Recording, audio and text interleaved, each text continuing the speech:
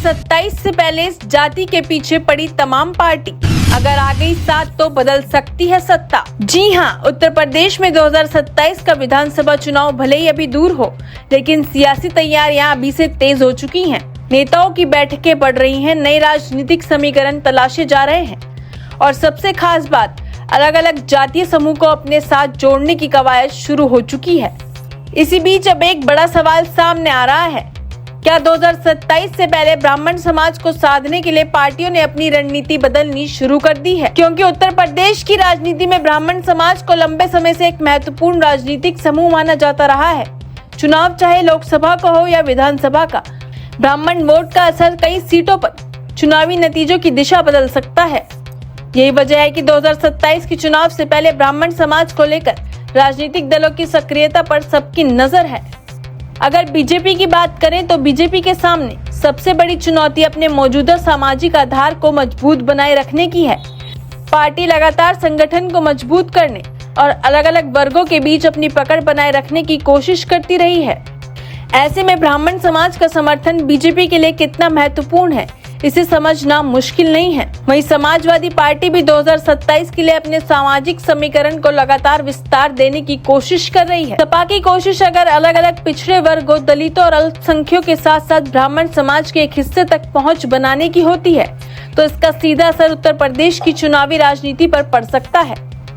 दूसरी तरफ बहुजन समाज पार्टी का नाम भी इस चर्चा से अलग नहीं किया जा सकता। बसपा पहले भी अलग अलग सामाजिक समूह को साथ लाकर सोशल इंजीनियरिंग का फॉर्मूला आजमा चुकी है।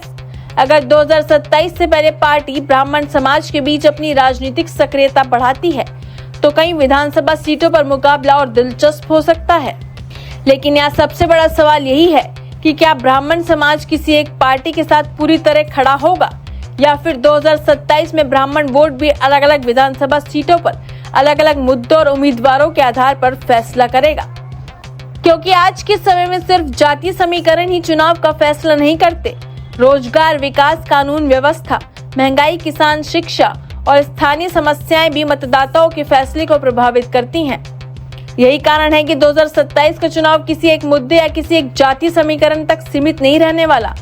हर विधानसभा सीट की अपनी कहानी होगी। कहीं उम्मीदवार का चेहरा महत्वपूर्ण होगा, कहीं पार्टी का संगठन, कहीं सरकार का काम और कहीं स्थानीय जातीय समीकरण।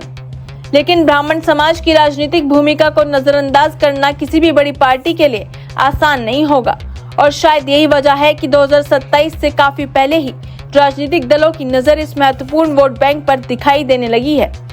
अब आने वाले समय में यह देखना बेहद दिलचस्प होगा कि कौन सी पार्टी ब्राह्मण समाज के बीच सिर्फ बयान देती है और कौन सी पार्टी जमीन पर जाकर अपना संगठन और संपर्क मजबूत करती है।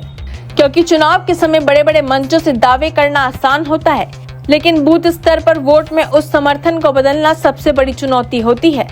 लेकिन एक बात तय है, 2027 का चुनाव जैसे जैसे करीब आएगा, ब्राह्मण वोट को लेकर सियासत और तेज होने वाली है। आपको क्या लगता है, 2027 के विधानसभा चुनाव में ब्राह्मण समाज का झुकाव किस पार्टी की तरफ रहेगा? अपनी राय जरूर दें। वीडियो पसंद आया हो तो लाइक करें, शेयर करें और ऐसी बेबाक राजनीतिक खबरों और चुनावी समीकरणों के लिए जुड़े रहिए राजनीति अड्डा के साथ।